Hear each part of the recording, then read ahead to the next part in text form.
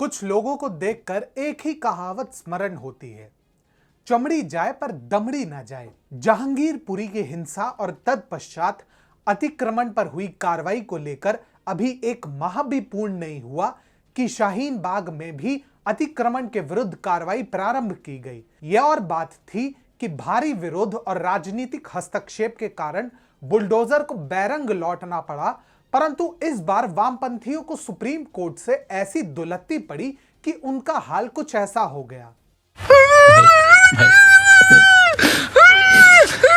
नमस्कार, स्वागत है आपका टीएफआई पर, जो है भारत का सबसे विश्वसनीय न्यूज पोर्टल। और मैं अनिमेश पांडे आपको अवगत कराऊंगा कि कैसे बिन बुलाए बाराती की भांति वामपंथी एक बार फिर सुप्रीम कोर्ट में धमक पड़े और कैसे सुप्रीम कोर्ट ने उन्हें ऐसा पाठ पढ़ाया कि वे फिर कहीं मुंह दिखाने योग्य नहीं रह पाएंगे। वामपंथी मोहल्ले के उन नकचढ़े लोगों की भांति है जिनके खुद के घर में आग लगी हो, परंतु दूसरों के जीवन में ताक झांक करने में और हस्तक्षेप करने में बड़ा आनंद मिलता है। शाहीन बाग कांड भी इसी का प्रत्यक्ष प्रमाण है। हाल ही में अवैध अतिक्रमण को हटाने हेतु दक्षिणी दिल्ली नगर पालिका ने एक अभियान चलाया, जिसके विरोध में कांग्रेस समेत कई पार्टियां सामने आई। लेकिन कम्युनिस्ट पार्टी मार्क्सवादी का तेवर तो सातवें आसमान पर था। जहांगीरपुरी पर जिस प्रकार से इस पार्टी ने अपना पक्ष रखा था, उससे इन्होंने तो अपने आप को सुपर पुलिस से कम नहीं समझा था।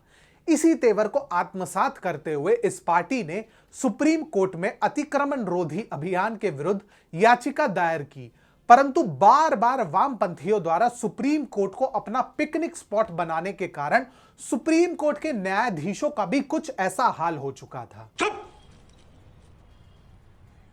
एकदम चुप रहिए। यह हम नहीं कह रहे, बल्कि स्वयं सुप्रीम कोर्ट के न्यायाधीशों ने याचिका को रद्द करते हुए अपने निर्णय में इस भावना को व्यक्त किया है। सुप्रीम कोर्ट की पीठ के अनुसार आखिर राजनीतिक दल इस याचिका को लेकर क्यों आए हैं?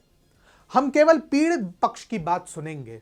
आपको जाना है तो हाईकोर्ट जाइए। इस पर सीपीआई ने आरोप लगाया कि गरीबों की बस्ती पर आक्रमण हो रहा है, तो प्रत्युत्तर में कोर्ट ने पूछा कि जब पीड़ित पक्ष की ओर से कोई अपील नहीं आई है तो वे क्यों इतना परेशान हो रहे हैं? हम कोर्ट को राजनीति करने की जगह नहीं बना सकते हैं। दूसरे शब्दों में कुछ पूछा मैंने कुछ। फलस्वरूप सीपीआई को विवश होकर याचिका वापस लेनी पड़ी।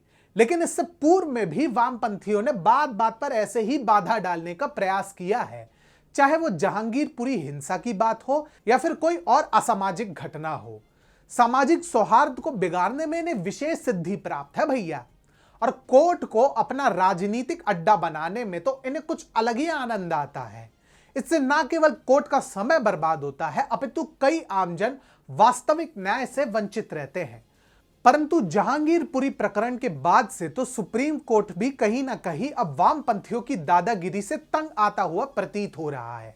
यदि ऐसा नहीं होता तो आधी रात को आतंकियों और दुर्दांत अपराधियों तक के लिए सर्वोच्च न्यायालय खुलवाने वाले इन वामपंथियों को ऐसे न लात मार कर भगाया जाता। स्पष्ट शब्दों में सुप्रीम कोर्ट ने वामपंथियों को कहा है, बच्चे, ये सुप्रीम कोर्ट है, आपके खान मार्केट का अड्डा नहीं।